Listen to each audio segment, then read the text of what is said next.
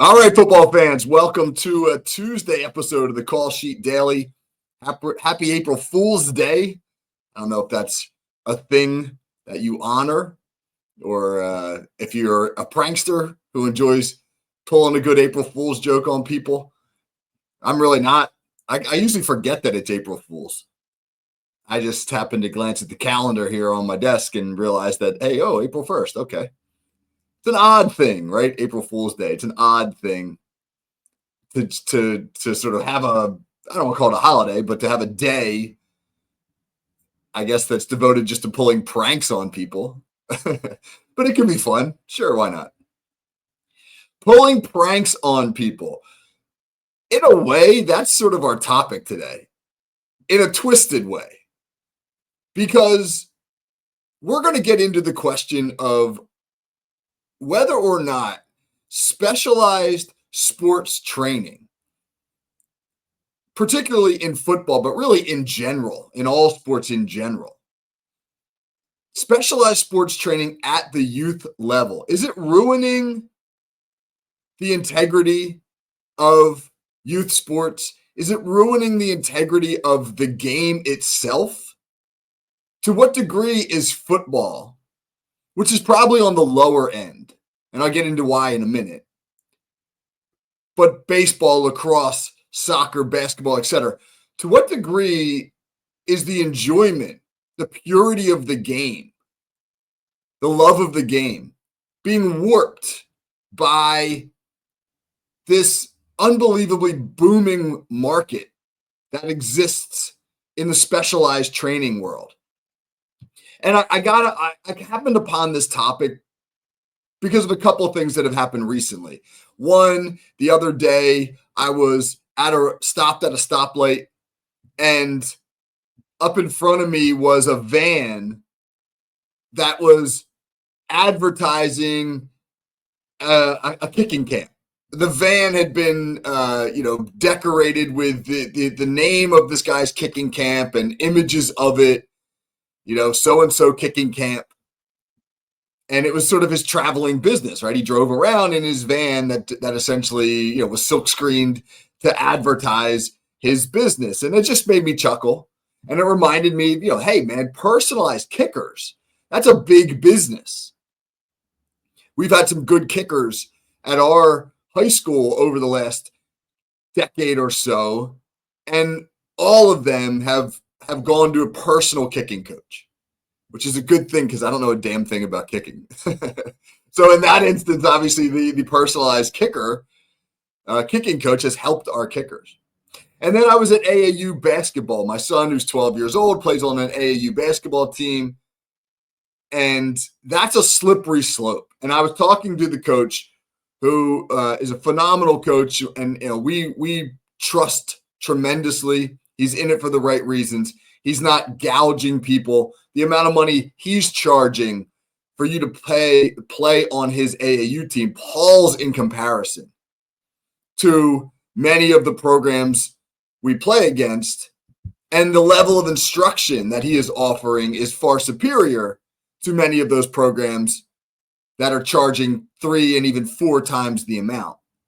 So we're very comfortable with what we're doing. But I was talking to him about the nature of what some of these programs do and the promises that they make to kids, and really at the end of the day, how it's just a money grab. And that kind of reminded me about this topic. And then I was looking for something to read the other night, and I don't have any new books in the house right now. I need to get some new reading material. So I went onto the bookshelf and just started to look through older things. And I came across a book that I bought 10, 12 years ago when it came out, maybe 10 years ago, called The Making of Modern Quarterbacks by Bruce Feldman, former Sports Illustrated writer.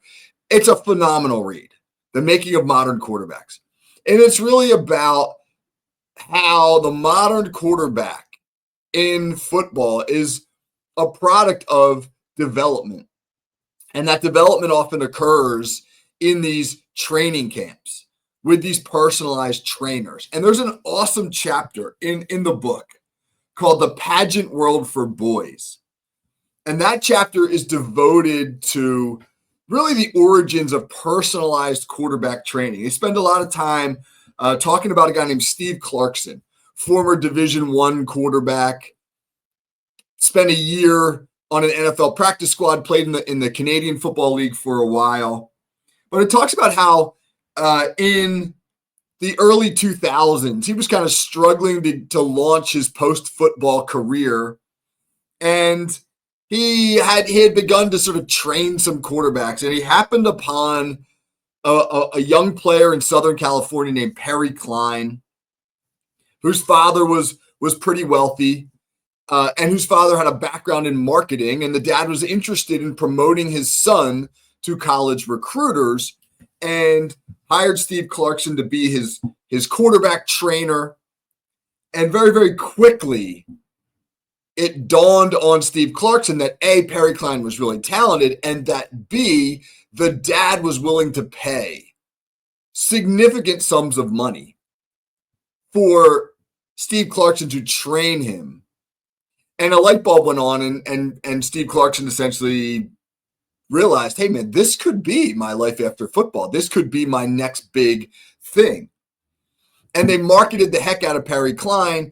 He eventually earned a college scholarship, and he wound up being drafted in the NFL. Never really turned into a big-time NFL quarterback. But what Steve Clarkson was able to do with Perry Klein was a hell of a resume builder. And Steve Clarkson then went on to launch an unbelievably successful quarterback training empire that sort of feasted upon wealthy Southern California dads who had these visions of grandeur for their kids and had a lot of money in their pockets and were willing to pay top dollar for quarterback gurus who could raise the profile of their sons. Now, obviously, you had to produce results. Steve Clarkson turned Perry Klein into one of the best quarterbacks in the state of California. But as you got further away, both genetically and ability-wise, from the Perry Kleins, there were still plenty of dads ready to fork over significant sums of money for you to train their kids.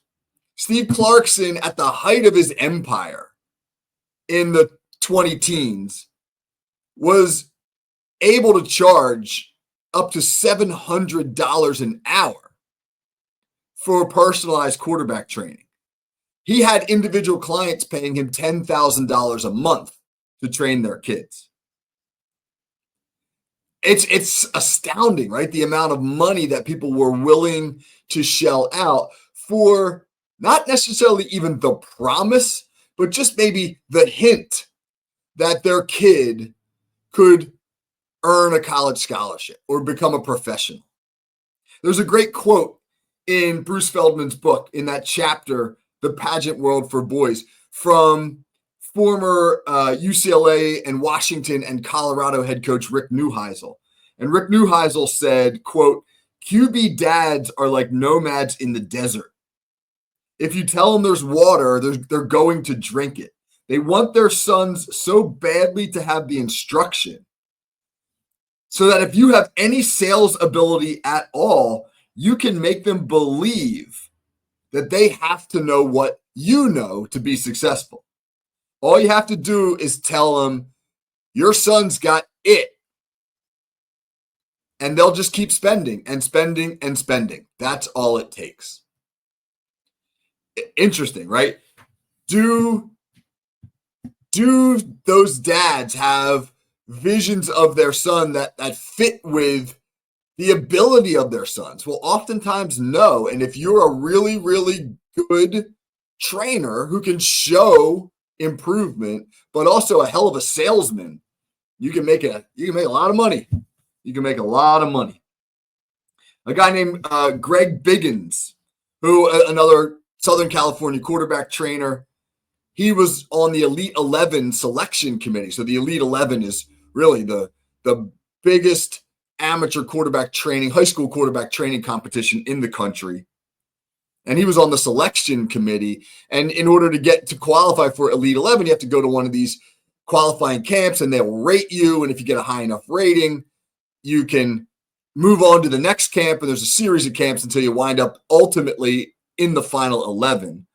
Greg Biggins tells Bruce Feldman he was offered on multiple occasions significant sums of money, as much as up to $5,000, to rate somebody's kid higher in those Elite 11 camps. A quote from Greg Biggins in the book: "The nuttiest species on the planet is the dad of a quarterback. He is the most myopic. They have such blinders on towards their son. If the kid's 5'10", it doesn't matter because, well, Drew Brees is 5'10". These guys are paying an expert to, quote unquote, like their kid, so it gives them reinforcement.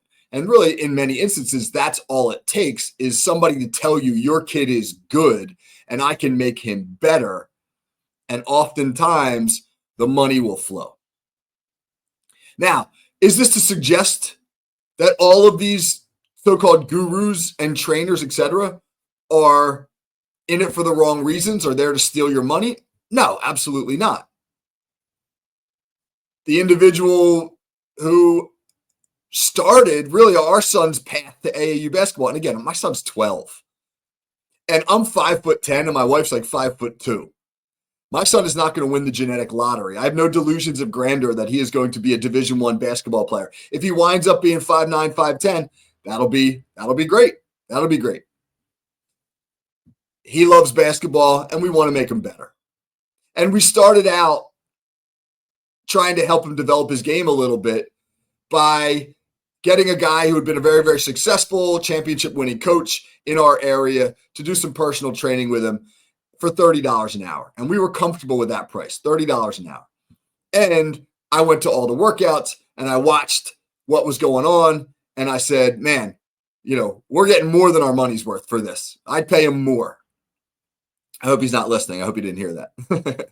But we would have paid him more if he wanted more, because it was the quality of instruction that we thought was so valuable. But I've also watched other trainers who charge far more, $100 an hour, scroll through their phone while their kid dribbles the ball around a bunch of cones, or whoever the kid is they're training dribbles the ball through a bunch of cones. And every once in a while he tells them you're doing great. There's good and there's bad, and you have to be discerning, and you've got to be on your game to be able to know which is which. You've also got to be realistic. What are your expectations? Because the bottom line, I think, for a lot of parents is college scholarships. They see this as like a path to a college scholarship. And they are willing to shell out tremendous amounts of money to pursue this path. And there are really two goals. I don't have any delusions that my son is going to be a scholarship athlete. If he goes on to have a really good high school experience, and if that can lead him to playing in college, fantastic. But if not, I want him to enjoy his experience, and we'll leave it there. You can have that approach, which, right or wrong, I'm not saying I'm right now, the people are wrong. Right or wrong, that's our approach. But if you're going to put your eggs in the scholarship basket, you have to be aware of a couple of things. And one is this: it's going to cost you a lot of money. Football is one of the sports where the cost is actually pretty low. And that's predominantly because it remains, I don't know if it's the only team sport, but it might be the only team sport where the recruiting process still funnels through the local high schools. The recruiting process doesn't come through clubs. Now, I know increasingly 7-on-7 and flag and those leagues that travel in the spring, et cetera, are gaining traction. But in terms of real football, there still isn't an alternative to what goes on in the fall. And that keeps costs down.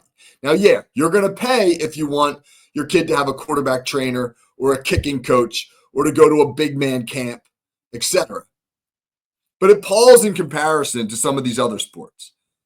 Basketball being one of them. The AAU travel leagues in the spring can get exceptionally costly. We're only paying $150 a month for the one that our son's involved in, but he plays against programs that are paying into the thousands. an elite lacrosse program, whether it's equipment, fees, travel expenses, etc., families can expect to spend in the neighborhood of $12,000 to $20,000 a year. A friend of ours whose son is a very good baseball player and plays on a couple of really good travel programs. They estimate that they spend between $10,000 and $15,000 a year for his training. Somebody else I talked to whose daughter is an excellent soccer player. Now their eggs are all in the scholarship basket. I mean, they believe she's a Division I scholarship player. She's a freshman in high school. They estimate that last year they spent about $25,000 on training and travel for her soccer. It's a lot of money, man. If you're going to make that commitment and that's going to be your goal, you need to know, one, it's going to be a lot of money. And then you need to know this.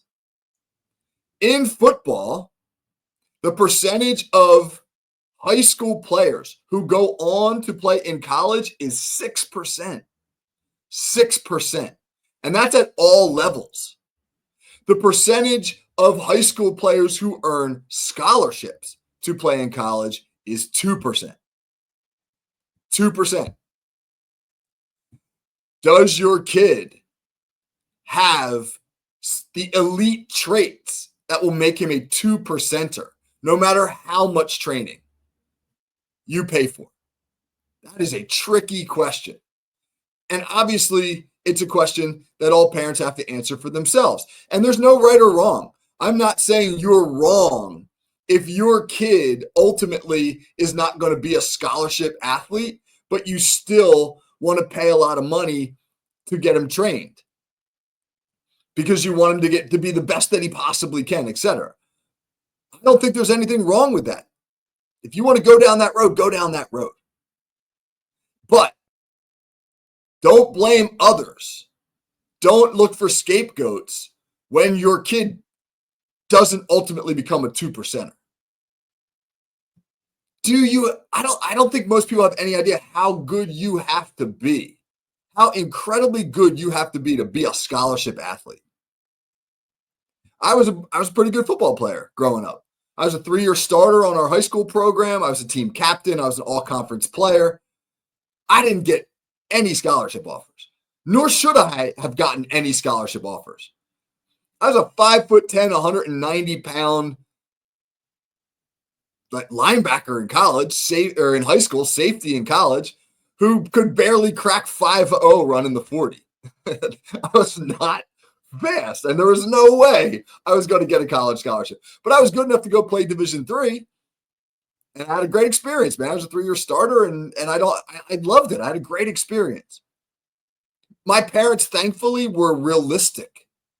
And I also grew up at a time where the training market didn't exist the way it does now. And I also grew up with parents who didn't have a ton of extra money to waste on different types of training. You know what my training was? Going outside and playing at the ballpark with my friends, whatever sport it might have been. That was your training. You were out playing all the time. You were constantly competing. And that's how you got better. You have to be realistic. Where are your expectations? Because there's always going to be somebody there to tell you how great your kid is and to promise you the moon and the stars for a price. And the price ultimately is something that you have to decide where you're going to set it. So I don't have an answer. Is the world of private training ruining the integrity of youth sports? Maybe not. Maybe not. But it's certainly creating a lot of drama and a lot of controversy within the coaching community, within the youth sports community, when parents who see their kids as something other than what they really are shell out a lot of money for personal training and then don't get what they want on the field of play and look for scapegoats as a result. Tricky stuff, man. Tricky stuff. All right, that is our Tuesday show here on the Call Sheet Daily. Join me tomorrow for Whiteboard Wednesday, where my guest will be Steve Scanlon. Coach Scanlon was on the program about a month ago. We talked about up-tempo offense, how to use tempo in offense. And on tomorrow's show, we're going to talk about how do you put together a game day call sheet?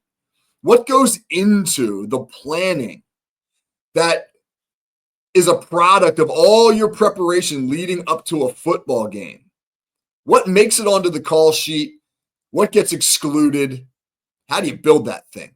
Going to be a really good conversation with Coach Scanlon. So join me then. Until then, everybody have a great day. Hope you don't fall for any April Fool's pranks. Take care.